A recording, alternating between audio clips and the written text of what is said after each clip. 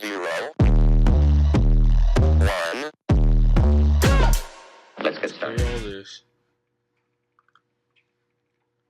Let's go over how we can understand and identify where our areas of interest are. Our areas of interest are where our support and resistance levels are.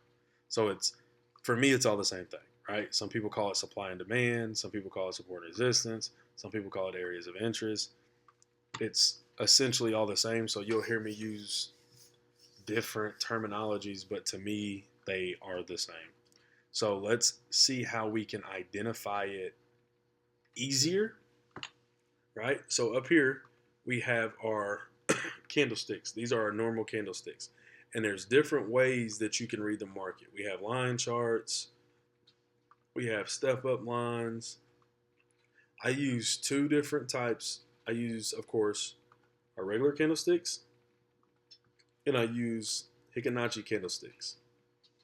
And the reason why I use Heikin Ashi candlesticks, this Heikin Ashi candlesticks is how I find my support and resistance levels and how I can see the market structure and which way that the market wants to trend, right? So when we go to our regular candlesticks, notice in this area right here how it's kind of hard to tell because of all the red and green candlesticks where price wants to go, right? So we can get confused with inside of all of this, right? And we're thinking that price action has changed, and truly it has not, or maybe it has, right? But what's important is we have to use multiple confluences, right? So let's say that's where the support and resistance or the areas of interest are so important, because just because price action switched to a downtrend in this area does not mean that we're selling now. Okay, so now how I clear all this up is I switch to the Heikin Ashi candlesticks, and y'all can correct me if I'm saying it wrong. But now you can see how much more clear price is in the direction that it's going. Okay, so like I said before, this is the 4-hour time frame. I mark up the 4-hour time frame and the daily time frame as far as my support and resistance areas, or my areas of interest, whatever you want to call it. Okay, so once again, we have one touch, and I can just keep going. 2 touches, we broke through, we came down. 3 touches, 4 touches, 5 touches, 6, and then so forth and so on. Okay, so this is how I identify the market structure or where a price wants to go. As you can see, I have 1 touch, 2 touch, 3 touch, 4 touch, right? So just because price created a new lower low right here doesn't mean that we're looking to sell it at the moment, because we need price to come down a little bit farther than retest, but it never does, right?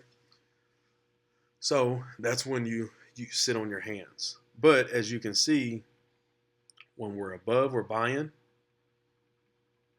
When we're below, we're selling.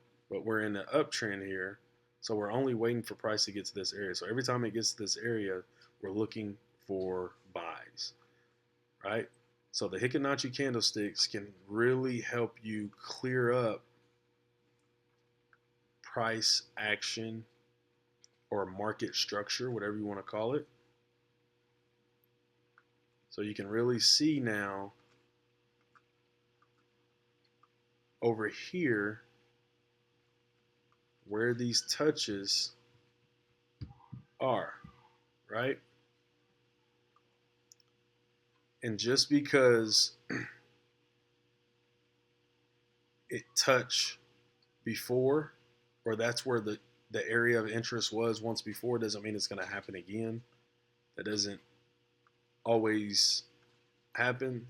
So what I like to do is allow the market to tell me what it wants to do. I don't predict. I do not predict before it gives me a bias, if that makes sense. So I allow the market to tell me where it wants to go, and then I create my edge off that. But using these Heikin Ashi Candlesticks, now we come back. That is just a little trick to help you identify which direction the market wants to go and to help you set your support and resistance levels. So hopefully this really helps and clears up a lot of the confusion on how I find these areas, because this can be really choppy. And once again, when we switch over, it really clears things up for the most part. Okay?